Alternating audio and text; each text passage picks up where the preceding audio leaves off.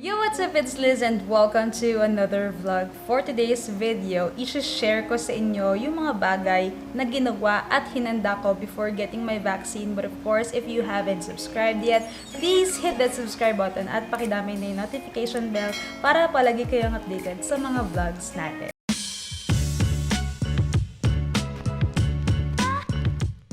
So, ayun nga, today's video, share ko sa inyo yung mga ginawa ko at saka yung mga hinanda ko at pinrepare ko before getting my vaccine. But all of this ay based sa mga na-research ko, nabasa ko, sa mga napanood ko, and syempre sa mga tao na naunang nagpa-vaccine na napagtanungan ko rin kung ano yung mga ginawa nila bago sila nagpa-vaccine at ano yung mga na-experience nila sa vaccine nila. From that, syempre, inisip ko kung anong mga ba yung mga dapat kong gawin.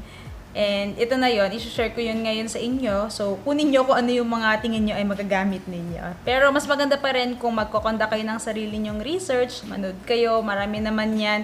Pero please, mag-base din kayo sa mga talagang sites na totoo talaga. So, ayan, maghanap din kayo ng mga bagay at magtanong-tanong din kayo kung may mga kakilala kayo na naka-experience na ng before. Ayan, kung napanood nyo yung una kong vlog, ayan, kinwento ko doon yung experience ko nga sa araw ng vaccination day namin hanggang sa mga side effects na nangyari sa akin. And today, i-share ko nga sa inyo yung mga bagay na ginawa ko before I got my vaccine. So, without further ado, simulan na natin.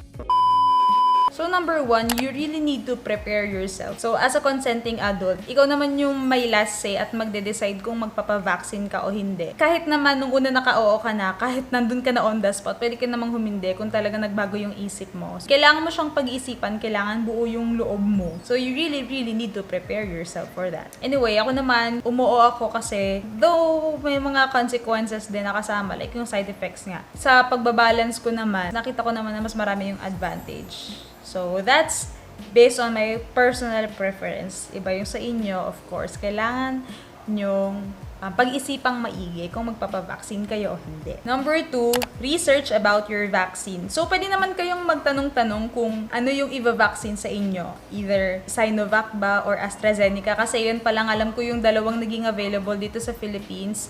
So, ang umabot sa amin na ASTRAZENECA. Nung nalaman ko na ASTRAZENECA yung aabot sa amin, nag-research ako, nagbasa-basa ako ng maraming articles, tapos, syempre, nagpo-post sa Facebook yung mga friends ko na nakapagpa-vaccine din, na ASTRAZENECA yung umabot sa kanila. So, yun nga, nagtanong ako sa kanila kung ano yung mga ganawa nila, anong mga naging side effects sa kanila. And from that, dun ko na-formulate kung ano yung mga feeling ko ay kailangan kong gawin bago ako magpa-vaccine.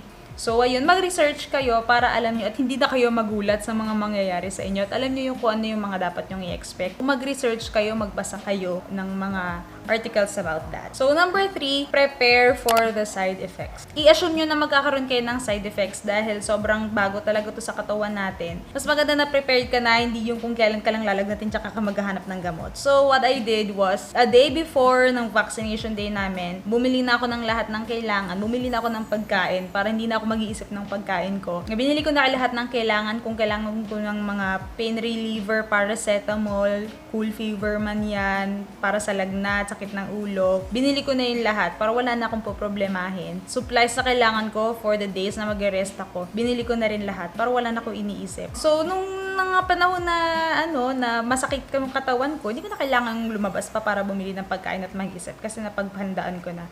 Ayan. So, mag-prepare kayo para sa side effects. Ayun nga. So, ang nangyari nga sa akin, kung napanood niyo yung una kong vlog, is nilagnat ako, nag-chills ako, masakit yung ulot katawan ko. Pero, that's the sign kasi na kinikilala ng katawan mo yung vaccine at ginagawa niya yung trabaho niya. Kumbaga, nasusuk yung mga WBs ko sa loob ng katawan ko. At sino to? Parang ganon.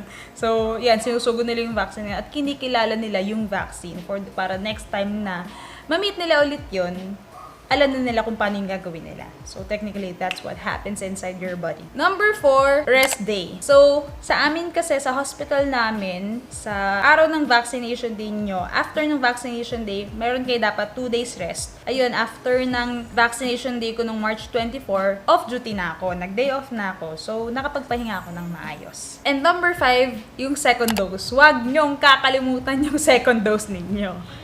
So, important na kailangang magpunta kayo sa vaccination day ng second dose ninyo. Dahil bilang yon, it will affect yung effectivity ng gamot, ng vaccine. So, sa pagkakaalala ko, May 19 yung vaccination day namin. tinago ko naman yung yung card. So itatago niya rin yung card at saka yung consent siguro. Ewan ko, dali niyo na lang. Pero ayun, sa May 19 kami nakasked for second dose. So yun, basically yun lang naman yung mga kailangan yung i-prepare bago kayo. Very general lang din naman yun. And yun, bago kayo magpa-vaccine, yun yung mga kailangan yung paghandaan at pag-isipan. After vaccine, of course, kailangan pa rin nating mag-mask, mag-face shield, mag-social distance, at sundin lahat ng mga safety protocols. Dahil it's still there, lalo na kung first dose pa lang yung nakukuha natin. This virus isn't gonna really leave us instantly. Hindi naman yan aalis bigla-bigla. So, kahit nagpa-vaccine na tayo, kailangan pa rin nating sumunod sa safety protocols na nandyan, like mask, face shield, social distancing, and everything. Sana may natutunan kayo at may nakuha kayo sa mga tips na shinare ko sa inyo. If you enjoyed this video, please hit that subscribe button at pakidami nyo na yung notification bell dahil road to 100 na tayo. And thank you for watching. See you next vlog. Bye!